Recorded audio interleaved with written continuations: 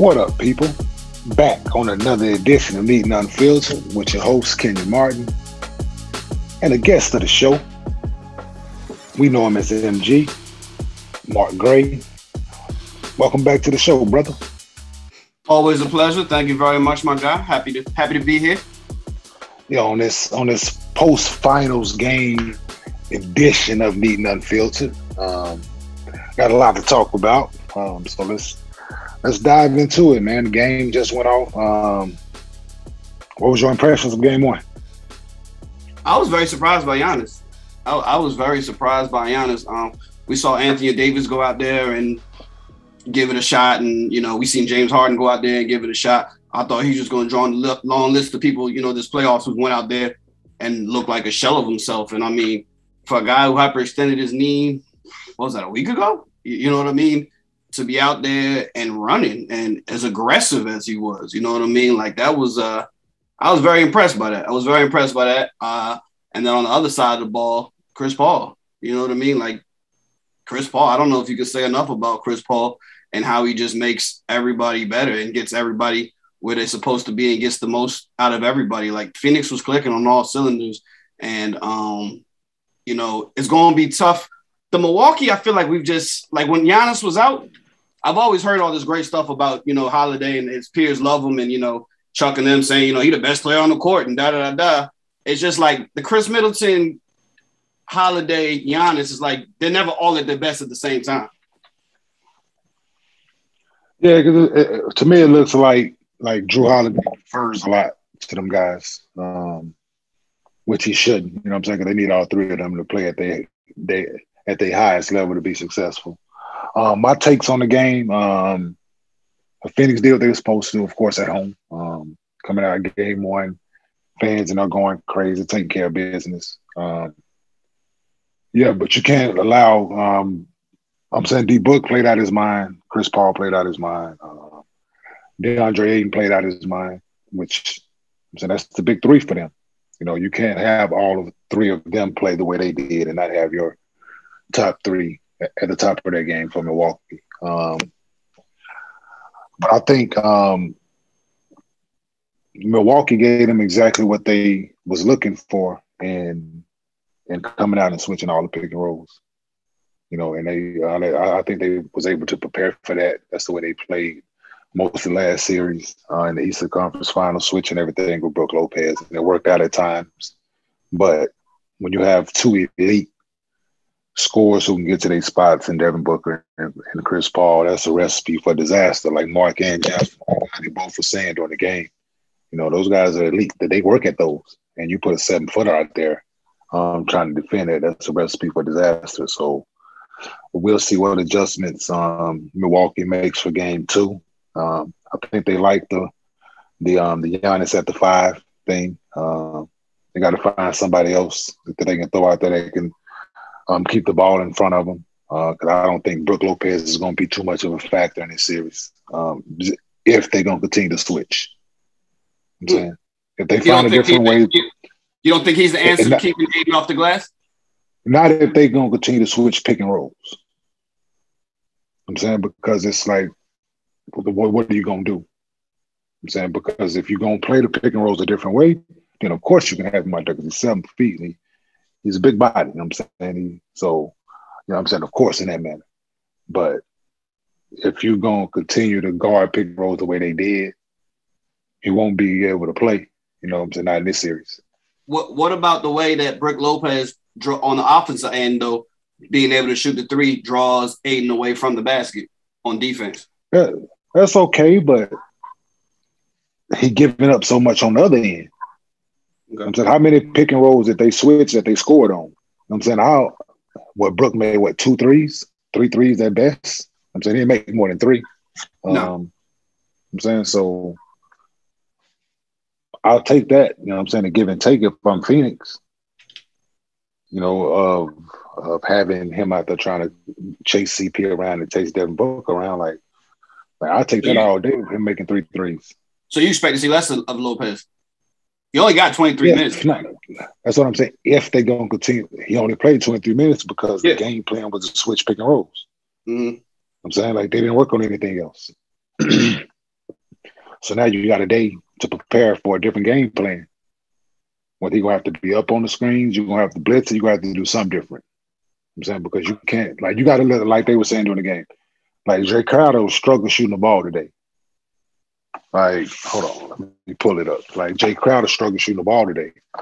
0 for 8, 0 for 8, and 0 for 5 from 3.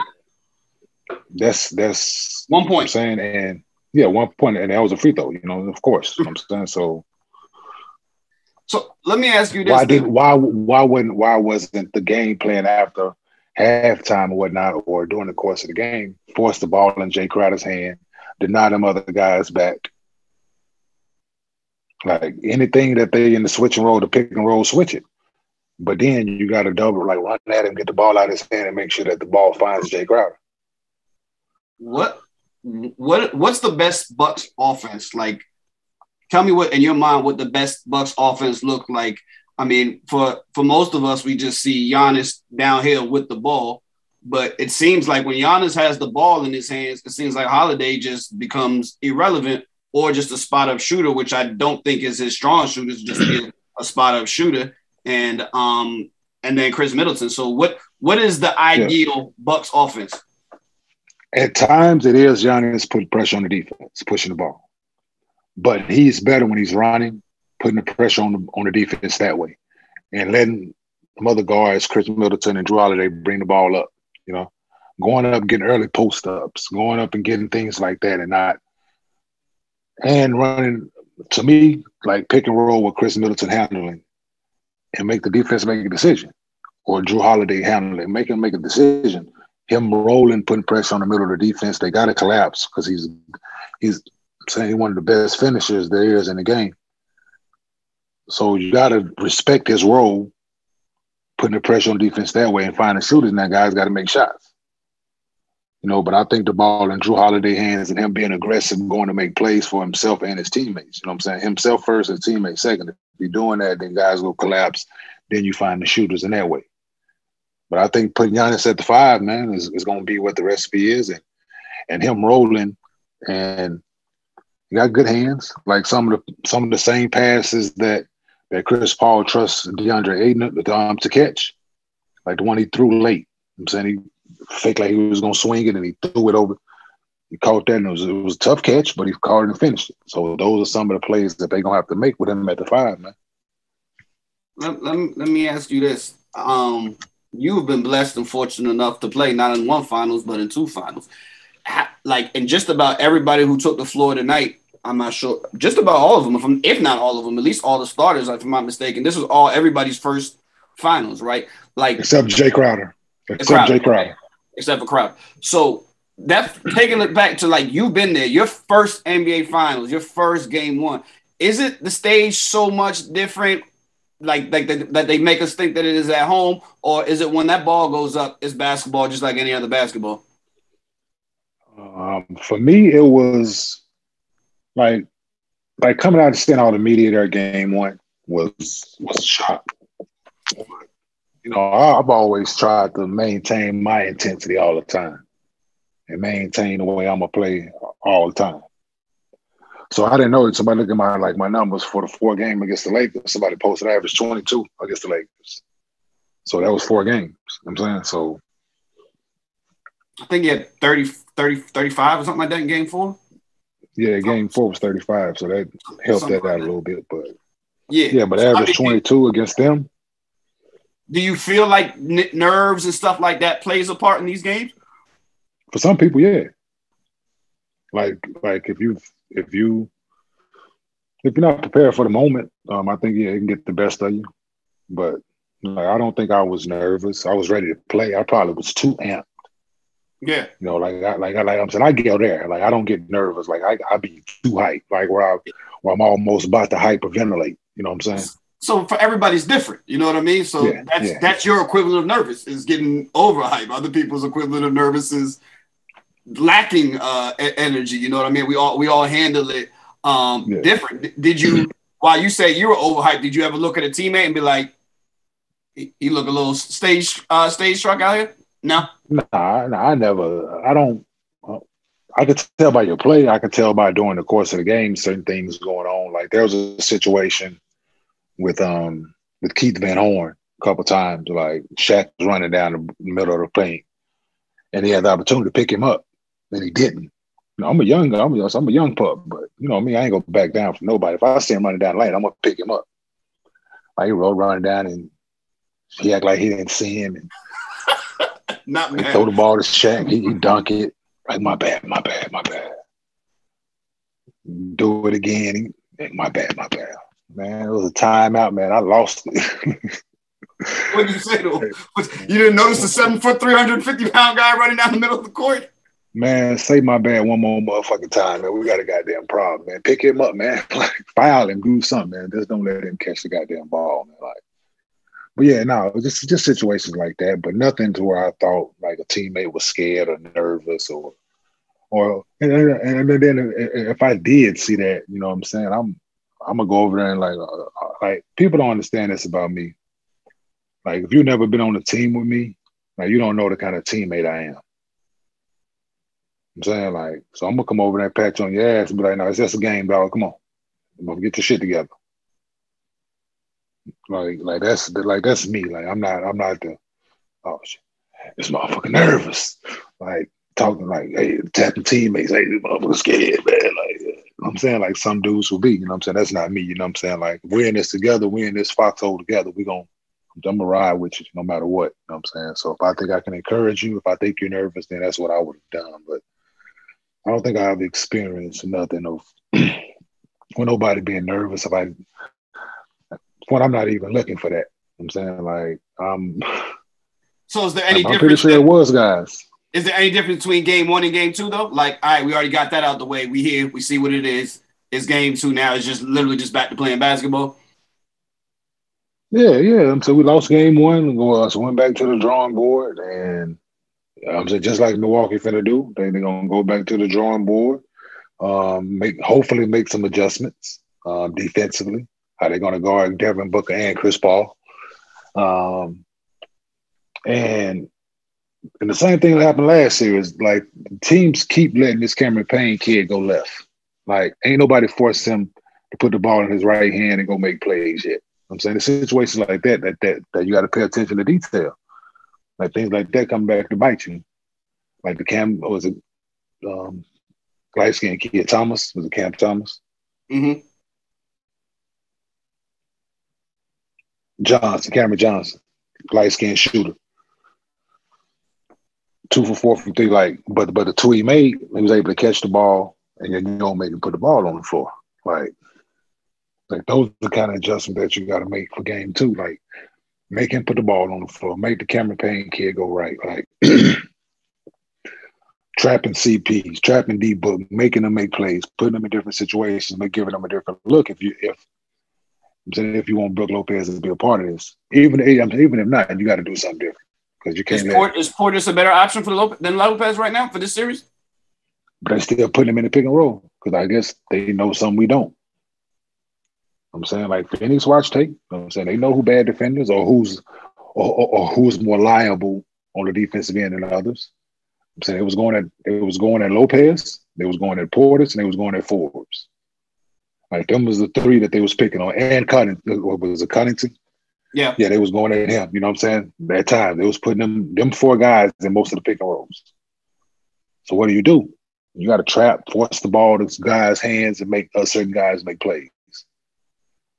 I'm saying like making the Cameron Johnson kid putting the ball on the floor, making the ball find Torrey Craig when he on the floor, making him make plays. And so you gotta it takes effort and it takes thinking, and a lot of guys can't think game plan on the fly.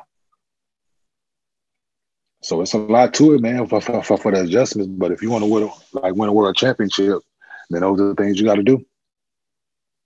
So let me ask you this. Excuse me, I lost my train of thought there for a second. If you're Milwaukee, what do you see that's encouraging? Like, okay, we did this. I think we're okay. Like, what are you taking away from this?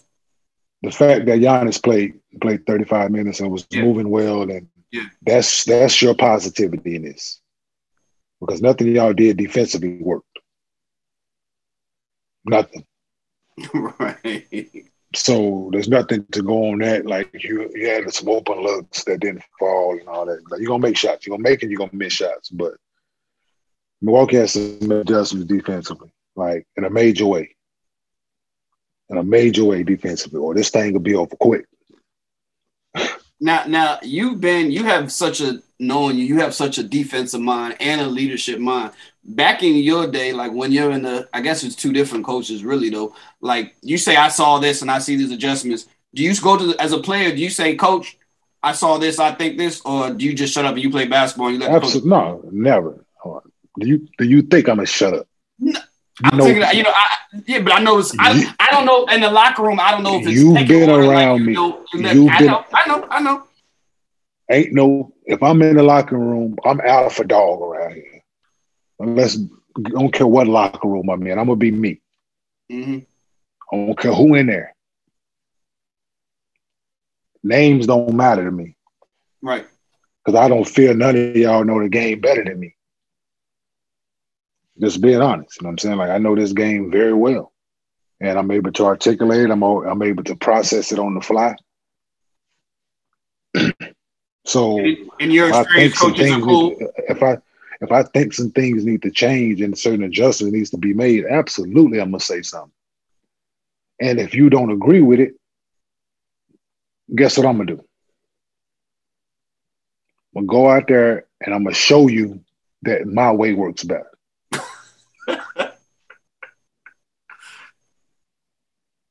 I'm saying? Like, I'm going to go out there and do it your way, and if I get on the cross screen, you want me to guard it this way, and I tell you, no, I'm going to guard it this way. Right? Yeah. And I go out there and I guard it the way I want to guard it, and it don't work. And I come over them off and like, I'm saying? Like, you know, it's just situations, man, like, if I try it and it don't work, then I'll try your way. Or I try your way and it don't work, then I'm going to try my way. Like, it's going to be one of the two. You know what I'm saying? I'm not just going to go out there and get beat over and over, keep trying it your way. Because this is your game plan. This is what y'all want to do. So I'm saying, like, I'm not, no, like, I'm not going to, like, we playing the Lakers, right? God rest his soul, man. Like, being tortured. Every time we see him, like, he doing what he do. We're in Denver. So what I do? He cross half court, I run at him. Hey, trying to get the ball in his hand? I yell to my guy, hey, I'm going to go double. Get the ball out of his hand. Hey, take the 9 back. JR, the 9 back. Don't let him AC. Don't the 9 back. Don't let him catch it. Ain't nobody tell me to do that. So after the game or during the timeouts, after the game and timeout, oh, gosh, I like that. Now he want to put a name on it. Let's talk about Laker Red. Who's this? Carl? George? Your boy? Now, anytime that you did that and it was like, okay, never mind, that didn't work, got my ass torched? Yeah, of course, certain things don't work, but I'm not afraid to try it and say it didn't work. Like, but I'm not going to keep letting us get beat doing things a certain way. Or I'm not going to be just like if I'm in the gym, like I've been in the gym last couple days watching KJ play. Certain things I see with certain guys in there, I'm going to say something. Got you. Makes sense. That's every time. So just imagine if we're on the biggest stage there is. And game one, it wouldn't have took me during the first quarter, right? We're switching this pick and roll. And we getting torched. It ain't going to take 2.5, 3 quarters for us to make no adjustment. Not if I'm on the team. Or not if guys like Chauncey or certain guys on the team. No, it's not going to go. Or a coach like T. Lue, or guys that's played. Monty Williams, it ain't going to take him 2.5, 3 quarters to make adjustments. So if I'm hearing you correctly, this whole series pretty much, or at least to start off, is going to hinge on Milwaukee's ability to stop that pick and roll. Yeah, what they going to do? Or you going to continue to switch it? Good luck. You saw that work. How much of that is Chris Paul? Because he seems to be successful with that, from Lob City to New Orleans with David West to Clint Capella in Houston. It seems like, you know what I mean? Even in OKC, which I don't even know who the hell he was running pick and roll with OKC, but that team you named, Chris Paul, David West, that series, we in Denver. Go look it up. You got your fancy little tablet. Go look up what we did to New Orleans Hornets when we was in Denver. Chris Paul did everything in his power to keep me out of pick and rolls. Mm-hmm. Too smart for that, bro. Like I see you trying to manipulate the game of pick and roll. So I'm saying you the quarterback over there. I play middle linebacker. With David West is more of a pick and pop. He pick roll, pick and pop. He mixed it up. Yeah. And Tyson was on that team. Was that Tyson Chandler or no? I believe Tyson was on the team, if I'm not mistaken. Paige, Posey, like yeah. Shooters, because I know Tyson's above the rim and he's a a live guy, and I know David West is more of an elbow pick and pop dude. And we beat them by 56 one game on their home floor. They were like the 1 seed too, right, or something like that.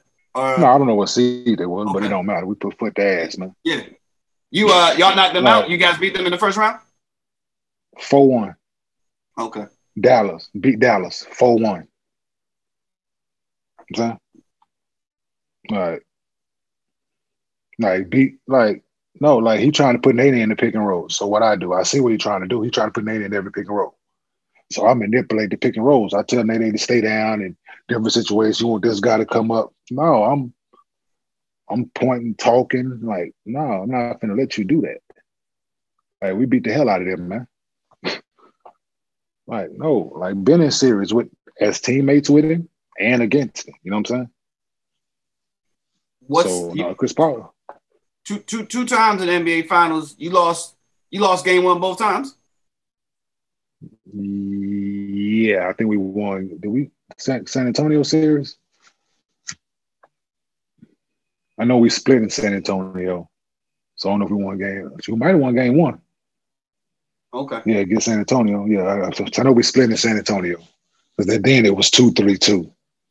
So the finals was 2-3-2. Yeah, they did that for a little bit, which was kind of crazy because it's like if you split that first one, like you get one of those first two, and then you go home for 3 in a row. Like it's a very good chance. Like you know what I mean? Like you're not coming back. Like, well, they won 2 on our home floor. You know what I'm saying? So we won 1 at home, and then they went home and closed us out in 6.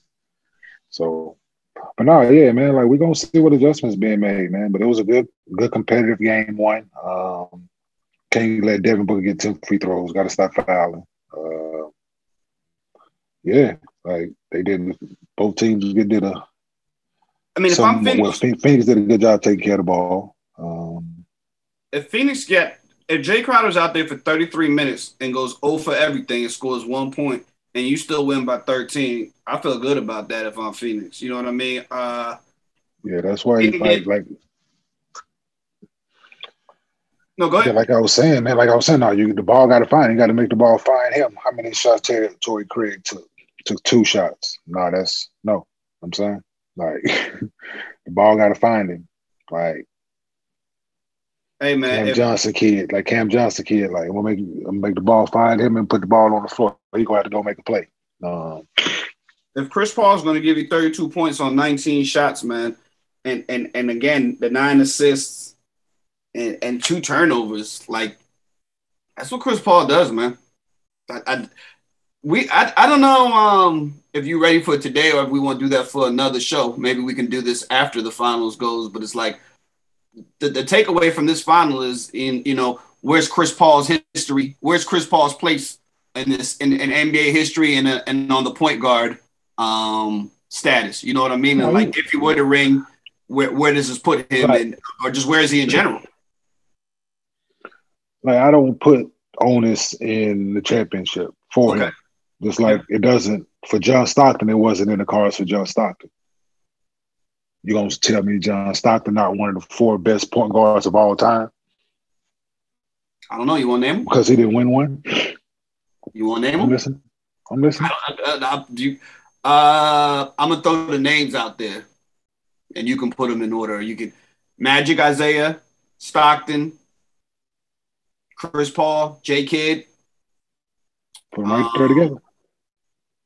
I really don't like throwing this. For me personally, I can't. Oscar was a point guard.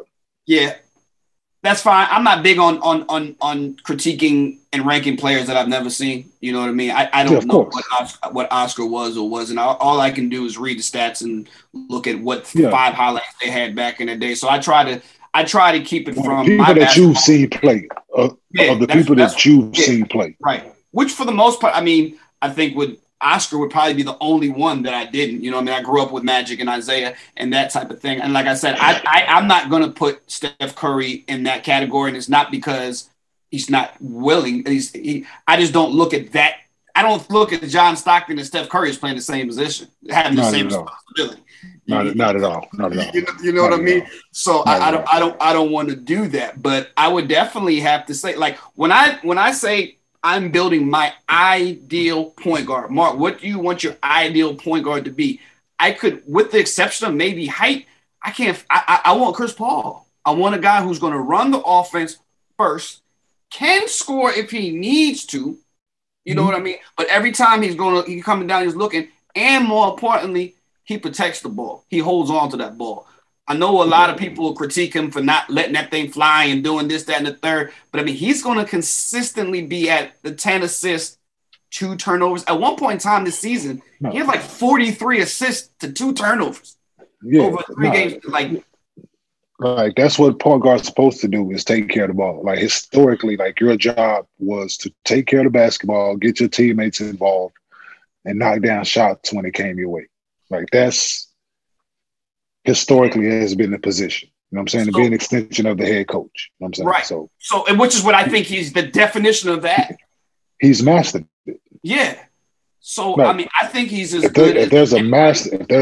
like, people know the way I feel. There's no secret on the things that I've said about Chris Paul, my feelings about Chris Paul as a person. But as a basketball player, if there's a master class at the point guard position, Chris Paul is the teacher. You know what I'm saying? So and not only offensively, not only on defense. Like, not only offensively, defensively as well. You know what I'm saying? He is going to compete. He plays with an edge. He has a competitive nature about him that's contagious. You know what I'm saying? It's infectious for the guys in his locker room. And for those guys in that locker room, they look at him as Chris Paul. Leader. So, no, but they in awe. Some of those guys are in awe of his career and the things that he's accomplished. You know what I'm saying? So be able to be a teammate of him and be able to absorb that information and that leadership and not fight it, and like DeAndre Ayton, like, I think that's huge. I like that. And I think that's a big difference between, like, when he's 30 and he's talking 34 and he's talking to a 19-year-old, 20-year-old, 23-year-old, they're going to shut up and listen. When you're 34 and you're talking to a 32-year-old, dude, I know Ben is, you know. So listen at this. Imagine this. If DeMarcus Cousins had someone of Chris Paul's nature, you know what I'm saying? The ability of Boogie, you know what I'm saying? Now, not to say that they were the same personality, but just having someone who's going to hold you accountable, who ain't going to let you be out here on bullshit every time you're not doing your job. Or just pure out, just motivation standards. You know what I'm saying? Yeah. Like, and DeAndre Ayton is blessed, you know what I'm saying? Like, to have a Chris Paul there, to be able to play with a Devin Booker. You know what I'm saying? So what's the age difference between you and J Kidd?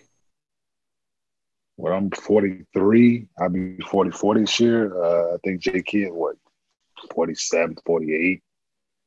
So not 4 or 5 year gap. 4 or 5. Yeah. So how could you compare Chris Paul relationship with DeAndre Ayton and your relationship with J Kidd from a basketball standpoint? You and J Kidd are a little bit way closer in age, right? Yeah, but J Kidd is not as vocal as Chris Paul. J Kidd 48. Yeah, so he's 4 years older. So J Kidd more of a lead by example kind of guy. He's gonna say things and point things out and tell you certain things to do, but but to Chris Paul he's vocal 100% of the time. Yeah, and that wasn't J Kidd style. Yeah, I'm saying sometimes when he needed to voice it, he did. But for the most time, J Kidd out there taking care of business. Now, there's a 24-year-old Kmart shut up and listen and say that's J Kidd. He knows what he's talking about. Yeah.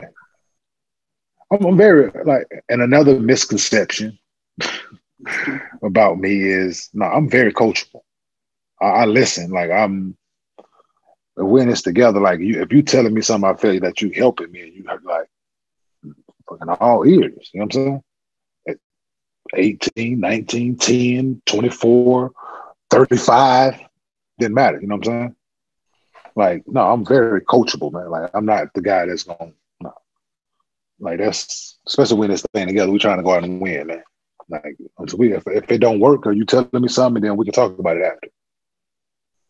So circle back. Can you give me your top 5 point guards? J Kidd, Chris Paul, Magic, Isaiah Thomas, John Stockton. I like it. Yes. I like it. I think I'd almost be identical. Magic, Stockton, Isaiah, Chris Paul, J Kidd, right? That's what we got. So, yeah. I like it. Right outside where we got Steve Nash. He right there. Right there. Him, Andre Miller. GP. Yeah, I think he in the next wave. Yeah.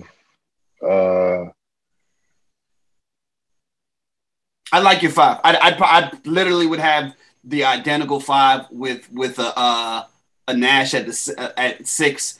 The only knock on Nash is the defense. You know what I mean? But what I want my point guard to do is I want my point guard, when he's coming down, he's trying to find somebody to get going, and need be, I can, if this doesn't work, I can surely get mine too. So I put Chauncey probably right after those guys. You know what I'm saying? Probably 6th on my list, 6, 7, would be big shot because I've been in the locker room with him and had conversations, and the way he think and his competitive nature and how he got us just being there with him and being able to go to war. I'm saying I put him and Andre Miller, Steve Nash, GP, them in that next that next wave of. See, to me, those are personal choices, but I agree with them. And when I say personal, if you'd be the only person in the world in a general room to say Chauncey Billups is in my top 5 point guards, I'm like, what are you talking about? I get it. It's not for everybody, and it's not. Meeting Chauncey and seeing him and being around him, I get it. I get it. I've seen the way that dude's ability to work with Ron Artest and Steven Jackson and Jermaine and everybody, to get everybody on the same page, all kinds of different personalities, and by listening and talking and leading by example, that's what you would want. And Chauncey, I get it. Nobody else, if you don't know Chauncey, of course, it sounds crazy to say he's a top 10 point guard of all time. And I get, but Chauncey, let me put it this way. You gave me a strong starting 4, like what you had in in Detroit, and you add Chauncey on that team, you get better. In Denver, you guys have all the talent in the world. You add Chauncey, you guys get better. I think if everything is in place, he's a good, he's good. I like it. No knock to Melo. People know the way I feel about Melo, right? If they traded Melo and kept Chauncey there in Denver with what we had, they traded them together, right? When they sent Melo to New York, they traded Chauncey with Melo, right? If we keep Chauncey on the team we have, we still very, very competitive in the West. I don't want to put words in your mouth, so I'm gonna let you say it. Me and you have talked numerous times about this. Your reaction when Chauncey came versus losing an extremely talented Allen Iverson, maybe not at the peak of his career, but still giving you 30 on any given night. And I know that you felt like that was what was needed to get you guys to the next level. Like personally, like my personal relationship with Chuck, like, yeah, I hated it. You know what I'm saying? That's my man, Hunter Green. Like, personally, yeah. Basketball sense, AI and Melo we wasn't gonna win nothing with them. Just what it was. You know what I'm saying? Two of the most gifted basketball scorers to ever lace them up. But we need somebody to settle this shit down and get everybody involved, get everybody shots, let Melo do his thing when he's supposed to, but distribute, dictate, talk, have conversations. Like, that's what we needed. And that's what Chauncey brought to the table. So, and right there against the Lakers, man. Like, right there, we threw the ball away. We had 2 turnovers late in the game. Yeah, like 2 games, like we gave 2 games away. So we're right there, man. And no doubt in my mind, if we don't break that up and we continue, like, you know what I'm saying? I think we could have been just like, of course we was going to miss Melo, but I think people would have had to step their game up, of course, which I think we always capable of doing. But yeah, it's part of it, man. Now, I love it.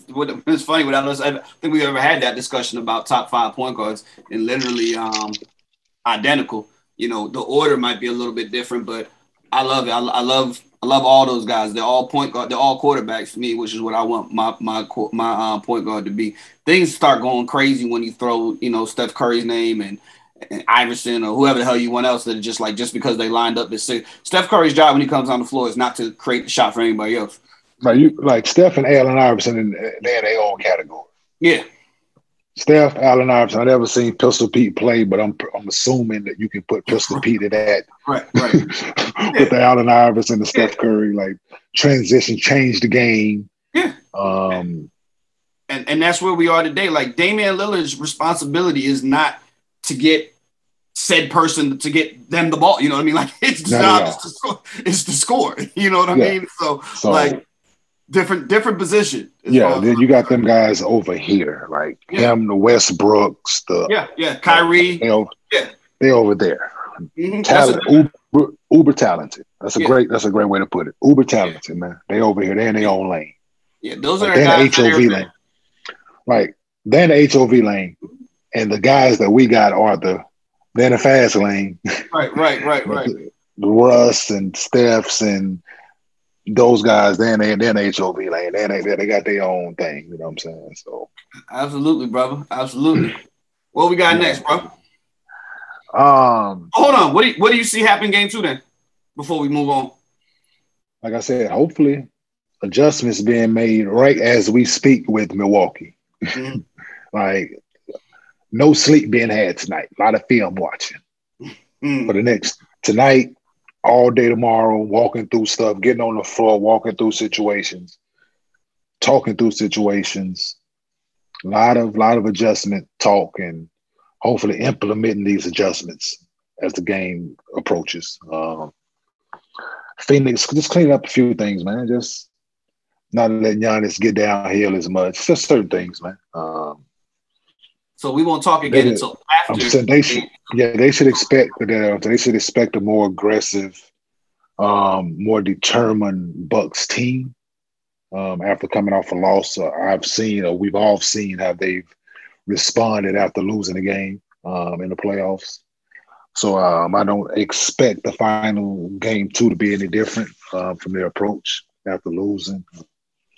So I'm looking for an even more competitive game 2.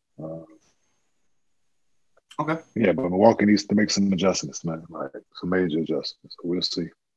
Is it necessary for does Milwaukee have to win and it's over, or you okay with them going back 0-2? Well, eventually, you got to win a game in Phoenix, whether it's now, whether it's later. Right. Well, obviously, right. Yeah, I agree. That's a fact. So there's no better game. The easiest game to get is 1. But that's over. So, but now, yeah. So all the focus and intention, or is it going into game two? You know, trying to get game two and going back split, and they're going to take care of home. But all the focus is, man, on what adjustments that they're going to make. Um, can't keep switching pick and rolls, man. I did an article on our parent company, Basketball News, talking about the nature of switching defenses and the tragedy that it is of 100% of all switching, or switching 90% of the time. Like, it's a recipe for disaster. Like, teams can prepare for that. Like, teams know you're going to play it this way, and they can prepare for that. Like, they know what shots they're going to get. They can dictate who they put in pick and roll. They can dictate what matchups they want if you're going to continuously give them this look. So I'm not a believer in giving teams a steady diet of the same things. I'm a firm believer in coming out of timeouts and trapping certain things, coming out of timeouts, playing zone defense, zoning underneath out of bounds plays, zone inside out of bounds plays, giving teams a different look. I'm saying, then letting them dictate the shot they're going to. Do they have zone offenses? Yeah, but if you throw them out, if you catch them off guard after a made free throw out of a timeout, you come out and go zone. The coach drew up a man play, so whatever play they drew up, first two plays, they got to scrap. So I'm a firm believer in, okay, we're gonna trap the first 3 or 4 pick and rolls, so we're gonna give them that look, and then we're gonna play the next couple this way. And like, I'm a smart basketball player. So, and I expect us to be able to make these adjustments as a team, and us not be hindered from somebody's lack thereof of being able to make adjustments and being able to, during the timeout, okay, we're gonna play it this way. Next time out, okay, that didn't work, we're gonna play it this way. So that's what it takes to be good, man. So when you said switching defense, right? I'm gonna just ask you this one last question. I know I keep saying it. As a competitor, I know you as a competitor and as a defender, as we watch that this game is transitioned to, while you say switch defense, on offense, it is nothing but picks. As a competitor, if you catch LeBron out on an island, you're on defense, don't you want to be like, let's see what he got? Me and you, mano a mano. And nowadays, here comes that screen. Here comes that screen. Here comes that screen. Like, you watch Mike's day, it's like, oh, me and him? Bet.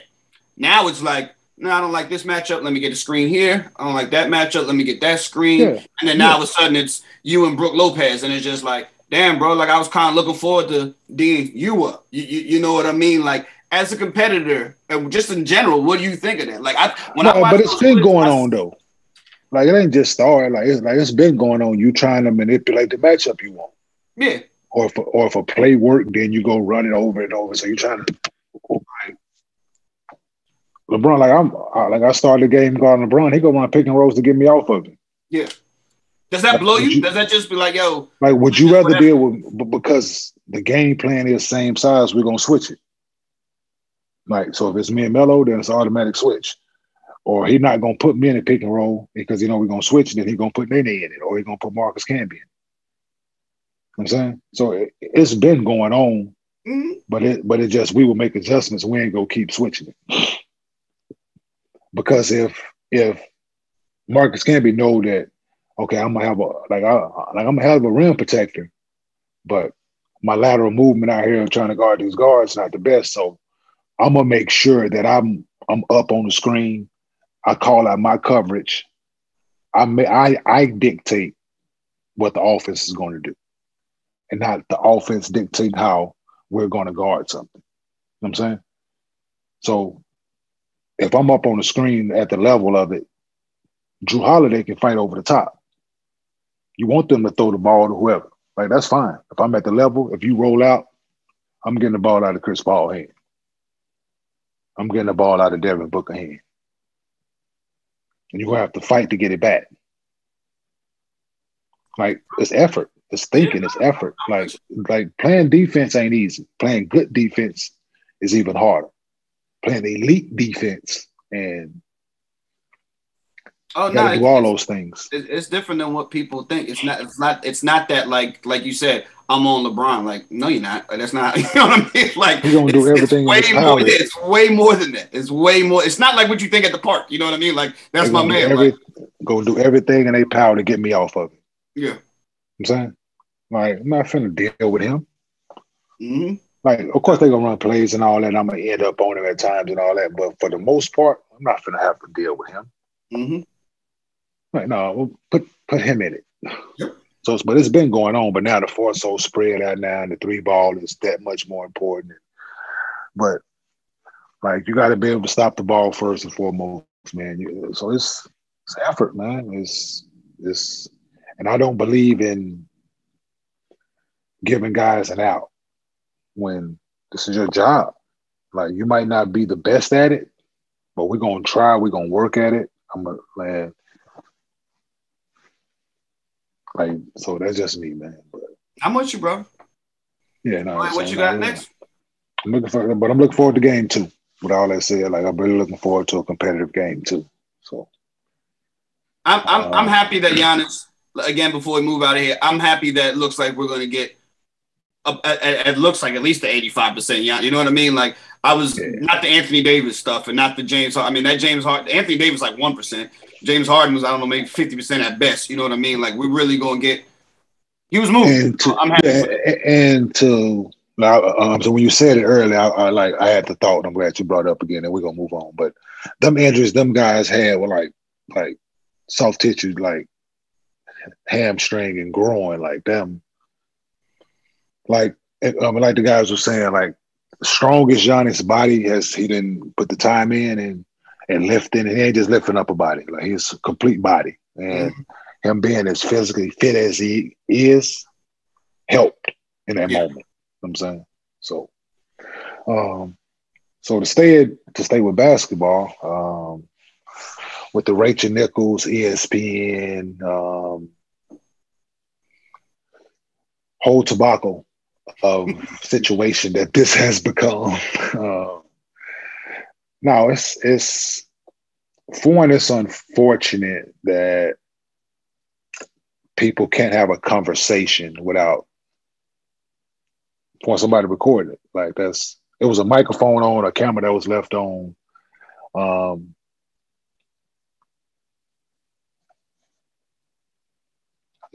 It's foul. You know what I'm saying, for somebody to release a private conversation that you were having with someone, whether the microphone was left on or the camera was left on or not. It's foul. I'm saying no other way around it. But the situation of what the conversation was about, not surprised. It's been going on. So it just now people are hearing words that's been the picture of what's been going on. And people of color being spoon-fed and given certain positions to the Rooney Rule of sports and the business world as well. I'm saying it ain't just in sports. This type of thing goes on in all walks of life, where any type of business is being done. Where college admissions, high school admissions. We gotta call it what it is. We need some color in here. Like that's the old term. Like ain't enough color in here, or it's too much color in here. You know what I'm saying? So it hurt both ways. You know what I'm saying, but it's very unfortunate because I'm pretty sure Rachel. Like I've met Rachel. I've done the jump. I've been around her. Never heard anything of the sort. Always been pleasant for my time playing, her covering the game, and me doing the jump, and ESPN being there, and it's always been pleasant. So you've worked with her several times. Yeah. Like I said, I don't think she was doing it out of any malice or saying things out of malice. She's like, no, just find somewhere else to do this. I'm saying, like, don't include me with it. Don't make me out. Like, don't put me in this. Like, that's what I got from it. Yeah, it's unfortunate. It's unfortunate that these women has been pinned against each other because of ulterior motives of higher ups, of suits, so to speak. You know what I'm saying? So that's my thought. It's a messed up situation altogether. Rachel's been pulled off to being sideline reporter for the finals, which you knew something was going to come of it. You didn't know what. It's only a matter of time before she's off the jump. And yeah, so they're going to easily maneuver their way off of her. I'm trying to save face right now because if they do it right now, then lawsuits and all kind of things could come of it. But yeah, no, it's a messed up situation altogether, man. It's unfortunate that a private conversation got out. Yeah, man, I don't know, bro. Like it's foul. Let's start off by saying like it is just to piggyback. Everything you said, I 100% agree with, and I'll take it a couple steps further in a couple scenarios. Kenyon, I'll gladly say myself, and I'll give you the opportunity to include yourself in it. If we finish this show and we turn off this, we think this camera's off, and me and you talk for 20 minutes, and it was recorded, somebody gonna be in trouble. you know what I mean? So if you caught this lady having a private conversation with a friend in her hotel room, and that's the worst you came up with, that's not that bad, bro. Like that you know what I mean? It wasn't no N-words, it wasn't no name calling, it wasn't. This is, mind you, she's talking to a fellow white person that she knows is a friend behind closed doors, and I didn't hear anything that sounded malice. She didn't say the girl was talented. She didn't say, and it's pretty good conversation, bro. Absolutely. Pretty good for a behind doors conversation. Pretty good conversation. Yeah, absolutely. You know what I mean? So I wouldn't want my private conversation with a friend recorded and dissected and then to be picked apart and judged by it. Like that can go bad for a lot of people. So I think that's that. Second part, diversity. Sometimes it works in your favor, sometimes it doesn't, bro. Like that's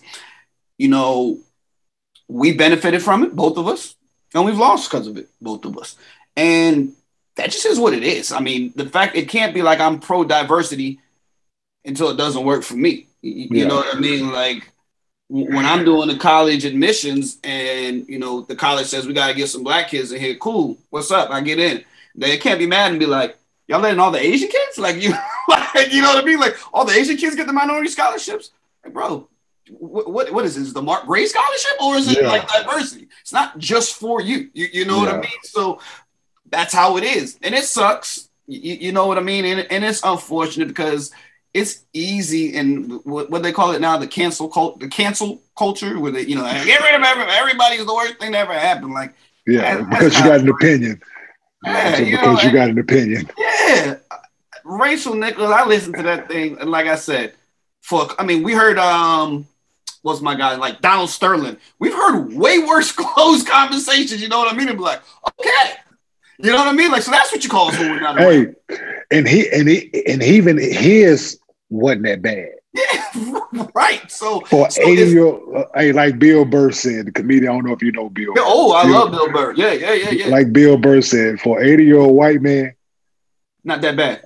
Wasn't that bad for him just to have a picture of you, just say for you not to put him on Instagram. He said, just don't bring him to my game. He didn't say you couldn't talk to him. He said, just don't bring him to my games. Oh, no, I think he said just don't have them on Facebook or something. Right. So, so I mean, like, I'm not overly mad and saying Rachel has to go and da. And then everybody, just like everything else, I feel like it kind of got blown out of proportion, and then people started using it for their own, to get on your soapbox and make a stance. You know what I mean? And it's just, first of all, it happened over a year ago. Yeah. You know what I mean? And now all of a sudden people's, I don't want to work with her and this person if we do that. And I don't know about all of that, bro. You know what I mean? It's two people fighting for one position and somebody is going to have to lose out. And who knows what the reason is. They What if it's because she's younger? What if it's because she tests better in this demographic? Maybe it is because of diversity. Maybe they do need more black people. Maybe they need more younger people. Maybe they need more taller people. Maybe they need people with different colored hair. Whatever the case may be, you know what I mean? Like, it's diversity. Yeah. And then now all of a sudden now Rachel sleeping with Jimmy Butler. I'm like, listen, man, like, Come on, man. I'm like, like. Yeah, it's like, come on. That's what I'm saying. And, you know, it just starts getting legs and life of its own, and it's going everywhere. And it's just like wildfire. Yeah. It's like wildfire and embers, like the wind blowing and people say shit, the wind blowing, like see where it's going to land and see where it's going to spark up. Like, Kenyon, and most people in that private conversation, if they say, Kenyon, they took Mike Smith and they made him the power forward, that's what they're going with. And we were talking private, you'd be like, me and Mike Smith? Are you serious? He's a bum. You can't. That's what most people are going to be saying behind closed doors. She didn't say none of that. She just said, hey, that sucks that I'm losing out because of diversity. The same thing that and really put it on ESPN, saying that if you listen to the whole thing, she kind of said, I know what the girl's going through because it happened to me. Yeah. On the other side of it, like they put me in this position because it was too many men in the bingo. Come on, man. Like, yeah, like right. So, you know what I mean? Because that's exactly right. Like, we got to get some women in here. If we look at the panel, there's 7 men, 8 men on the sideline. We got to get some women in here. Yeah. It helped you out then? Yeah. So, yeah, people are amazing, man. They quick to make statements without knowing all the facts, quick to cancel somebody, jump down somebody, take sides. Yeah, take sides when the situation has nothing to do with you. I'm saying, like, you can have an opinion. I'm saying, like, you can have an opinion, but you ain't got to always share that opinion with everybody. Like, I have an opinion on a lot of shit. I don't speak on most of it because. And who does your opinion represent, Kenyon? Like, sometimes, like, say it again. Who does your opinion represent? Me. Okay. Shit. That's you, right? Mine just represents me. Yeah, mine just represents me. Like, okay. So, and because some of the times it ain't gonna always be politically correct what I got to say. And I know that. And I know it ain't, like, my opinion ain't like you just said, my opinion ain't for everybody. And some of the shit that I think at times, like, I'd be damned if I say. You know what I'm saying? Like, my nephew tell me all the time, like, man, I can only imagine what you be thinking sometimes because some of the shit you say. Me and my best friend used to sit around before Instagram, before all this shit, like, yo, if there was a camera in here, oh my God. Yeah. We're the same boat. People be like, I can't believe the words that come out your mouth. I should hear the things that are in my head. Those are just the things I let out. Yeah, you know what I'm saying? So like, if you have an opinion, man, sometimes it's best. Like the old folks used to say, man, if you ain't got nothing nice to say, you don't say nothing at all. And that just goes to good or bad. Like, your opinion, like you said, keep it to yourself, man. Like, it's at times with certain situations, with this situation, I just felt like people were quick to judge Rachel for no reason and quick to have something to say for no reason. Like you stated, wasn't that bad of a conversation. She didn't call her no black bitch. She didn't. None of that happened. Like, none of that. So. That's what she's saying in the privacy of her own hotel room. You're not that bad, man. You better than most of us. You better than most of us. Not at all, man. But I hope ESPN, man, don't let her go in the long run, man. She's good at her job. I think she's well liked by people that come in contact with her. And respect. I've always had positive rapport with her.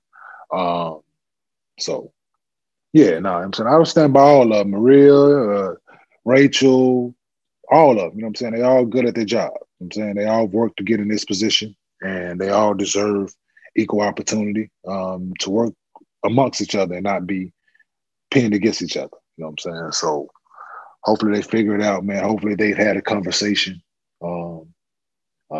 I know Rachel apologized on air. So hopefully they've had a private conversation and they can move on as two powerful women in this industry and thrive. You know what I'm saying? So that's what how I it hope. goes, man. It's enough people out there, everybody calling for everybody's head. Rachel, as far as I know, is, I don't know what, 20, 25 years in this industry. Like, we just gonna throw her out because of a private conversation she had in a hotel room that really wasn't that bad. Like, enough of that. We have enough getting rid of everybody and canceling everybody and throwing everybody out. Let's get some more talking, mediation, and keep moving forward, man. You know what I mean? I wish them all the best of luck. I hope they can all work together. And, you know, who's to say that? Yeah. I wish them much of luck. Already. So, last topic.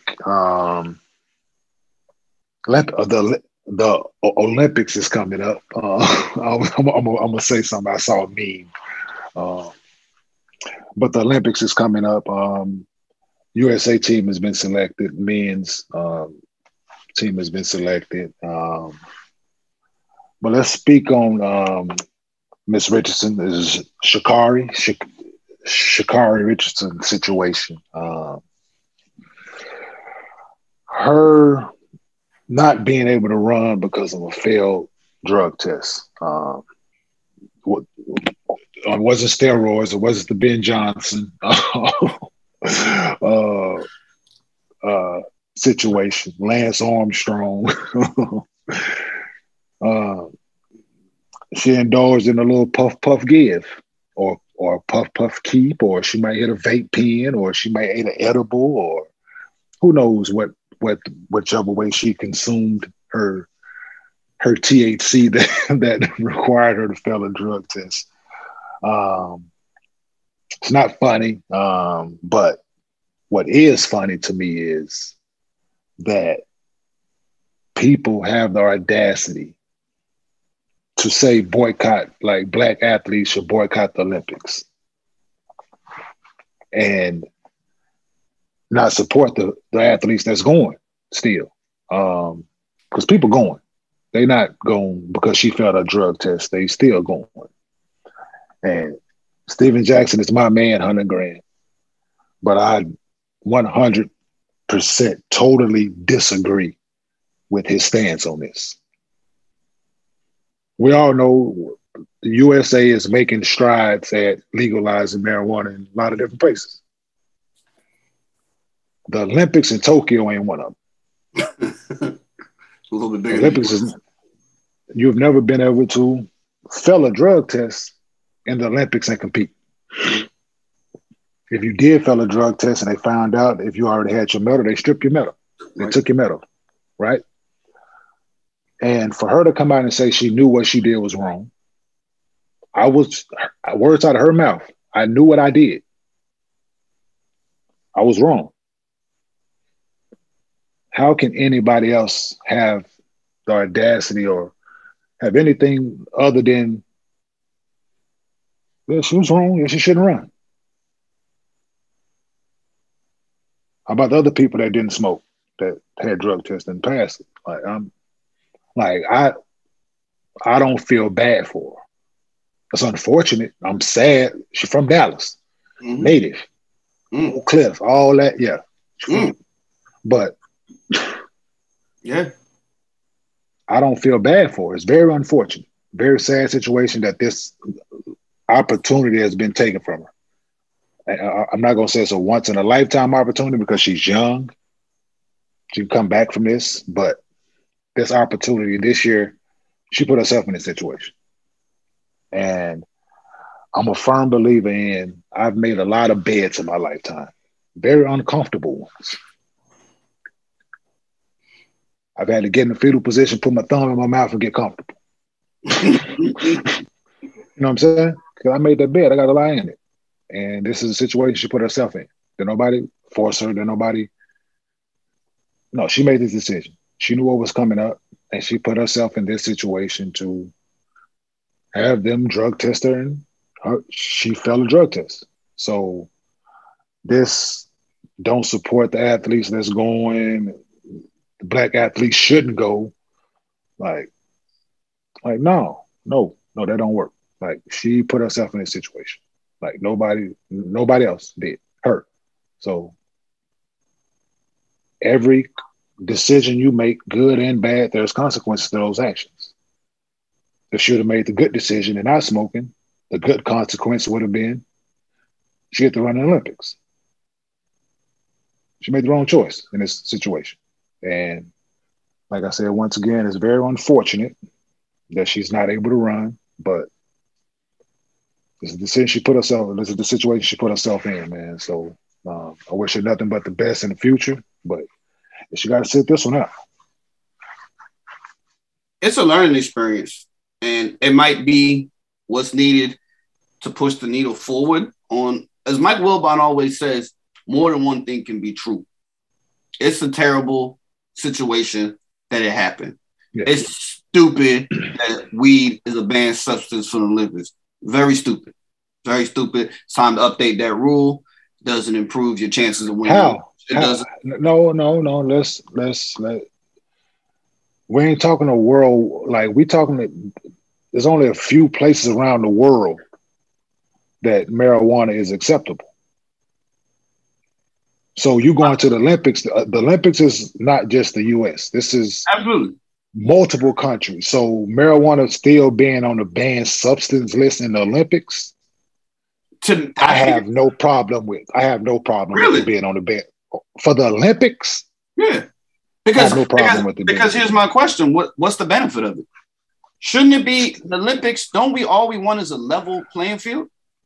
I just want to make sure that you're level, I'm level. And if something's not giving you an advantage, so weed helps recovery. We like there's medicine has proven like weed helps with your recovery. It helps with certain medical marijuana helps with certain things. So who's to say it affects everybody different?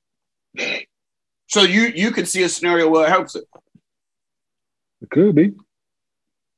Okay. I'm saying for recovery. I ain't saying to go out and actually run. Yeah. Ain't gonna make her run no faster, right? Which is where I'm at with it. If it ain't gonna make her run no faster, it ain't gonna make her run no faster. But it's still, it's a worldwide. It's still in places. It's considered an illegal drug in places, right? Yeah. I'm gonna tell you something. So therefore,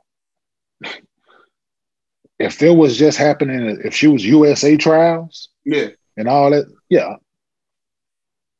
Hey, I hear you. She lived in here. She was in, I think she was in Oregon when she consumed it or whatever. Right. She had every legal right to do it. Mm-hmm. It's fine. We're not talking legal. We're talking about the Olympics. And the thing is that, so where I was going with is that I, in my opinion, it's time to get that off of there. You know, I don't smoke, so I don't even care. So, okay, I don't have an opinion of one. And to be honest with you, as a non-smoker, if they told me you were going to go compete against Kenyon tomorrow, me versus you, and they said, he's smoking, I'd say, can I buy the weed for him? I would like him to smoke more and more and more because it's help. I'd rather, as far as I'm concerned, she's hurting her lungs or whatever the case may be. Now, that being said, back around, well, I think that is wrong and that rule is wrong. That's fine. I don't have a problem with that. But the rule is the rule. Is the rule. And if I know I like to drink a beer after the game, if I know that Mark, you drink that Corona, I ain't gonna let you play tomorrow. I got a decision, man. How much I want that Corona and how much I want to play tomorrow. And if I say I'm gonna give me that Corona, hope you really like that Corona, bro. You know what I mean?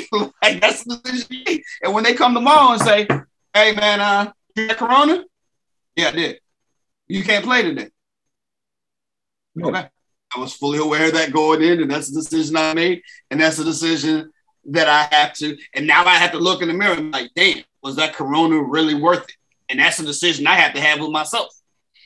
Yeah, man. Like, ain't nobody coming to other people's defense when they getting jammed up. They might say something, but they don't no, it's like it's never fair if we're teammates, 12 of us, it's never fair that if somebody else breaks the rules, now all of a sudden Like I didn't smoke. Well, you know what I mean? If they say, Kenyon, you failed the drug test, hey Mark, let's quit. I didn't smoke. Like why would I quit because you got control smoking? Like, I'm sorry that happened to you, bro. And I love you any the same way, but that's the decision you made. I'm lost about that. This was your grown decision. This is your decision that you made. So therefore, whatever consequences come with, your grown ass got to deal with. Like, that's what it is, man. Like I said, it's very unfortunate. Like you, and in your words, it's a learning experience for her. Yeah, hopefully she learned a lot from it. A lot of people supported her, which is fine. Like that, people can support her. The fact that she didn't get the run and she didn't get added to the 4x1 and all that. It's unfortunate, man. But like I said, I don't feel bad for her. She put herself in this situation, and good luck to the young ladies that's going to represent. You know what I'm saying? That's going to go out there. There are other stories. There are. You know what I mean? Like I get it. She was the great story, and they put. You remember when we were kids and they had the Ben versus what the hell? Dave versus Dan, the Olympics, and then they both missed the Olympics. Like Dan versus Dave. Like there's other stories.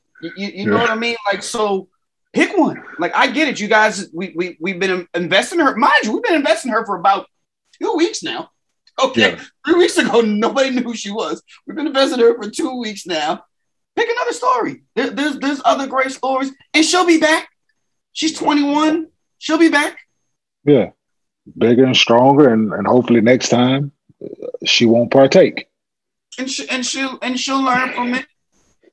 She'll learn from it, and some other kids are going to learn from it. My kids are going to. Hey, I told you. Because the narrative always out there, right, is that the superstars, they don't have to play by the rules, right? Everybody bends the rules for. Nah, champ. There they go right there. This is the superstar right here. Yeah, buddy. You know what I mean? I'm trying to tell you, get yourself together, play by the rules, or you're going to be sitting down. You know, it's like the grades. You know, you didn't take that test. You cheated on that test. You're not going to play. That's been going on since the beginning of time. You know what I mean? Like absolutely. It has. And boycotting the Olympics, what does that prove? I'm sorry, Stack, but not on this one, dog. No, I ride with you, but not on this one, man. Like, no, I think if you've worked your ass off to make it to the Olympics, please go, and good luck to you. Because a lot of y'all, this is a once-in-a-lifetime opportunity. A once-in-a-lifetime opportunity to go represent and play in the Olympics. A lot of them going abroad. A lot of some of these African American athletes probably never had a passport. But you never know. You know what I'm saying? So no, man, go. Change your life. Everybody support, man, and looking forward to seeing a good Olympics, man, and go. Good luck, man. I'm happy that she's young enough. The first thing I want to do is go look up her age, and I was like, "Oh, this ain't her. You know, this ain't her last one. She could still get in 2 more. She's 20. She could do 24 and 28. Hell, 32. Yeah. You know what I mean? Like, this is not by any stretch of imagination the end of her. Yeah, absolutely, absolutely. But yeah, man. But it's been fun, man. Game 1, finals edition, Neat and Unfiltered. This is fun, man. This was a great conversation. Appreciate you always. MG will be back for game 2 post game. Hopefully we'll see if there's any more news going on and we can add on to our basketball conversation, man. But no, it's a good conversation. Quick note, you said we talked about Chauncey. Chauncey got a head coaching job. Congratulations to Chauncey. Yeah, definitely can't leave that out, man. Appreciate you. That's why you're here, man. Yeah, congratulate Chauncey, man. Well deserved. Opportunities last year that slipped away from him because he didn't have any experience on the bench. Got that experience now. Out the blue, they try to drag some old shit out this man's name. Like, Out the blue. 97, man. Like nothing nobody has ever heard of. Didn't even know it. First time hearing of that. I'm like, this is what y'all bringing out? Right. First time. Heard about this since 97, man. Crazy, man. This like dude people that ain't for GM jobs, people basketball ain't shit, operations man. jobs. Like people on ain't TV shit. for a decade. Man got wife, 3 daughters, and you're gonna bring this shit up like Earthquake said. Then we're gonna get out of here. It's not Said the Entertainer. Said the Entertainer was on the stand up. Like, you know what I'm saying? That could have been like Bill Clinton couldn't have been no brother. Like during the press conference, like, so Bill, what was you? You and Monica. You gonna ask me in front of my wife, dog? Like, you gonna ask me in front of my wife? Like my wife and kids, my nigga? Like, really? You gonna like? Right. You know what I'm saying? Nah, but Chauncey handled it well, man. I'm happy for my friend. People know I don't throw that friend term around too loosely. I consider Chauncey a friend, and I'm happy for my friend to get the opportunity, man, because I know what he has and what he's about, man, as a basketball player. So yeah, took the high road, man, to get here. He's a stand-up guy. Yeah, so with Chauncey, man, nothing but the best up there in Portland. And another teammate of yours also don't want to leave him out now since we got there. Right there in your hometown, Dallas, Jason Kidd gets a head coaching job. Dallas, yeah, we are forgetting about so 2 of my teammates, 2 point guards that I've had some success with. Yeah, man, got jobs, man. So JK and Dallas got a good young core, Luka and those guys, man. So wishing nothing but success as well. Yeah, man. So those guys got great opportunities in front of them. Hopefully they can make the best of them. Wish nothing but success, man. With that said, it's a wrap.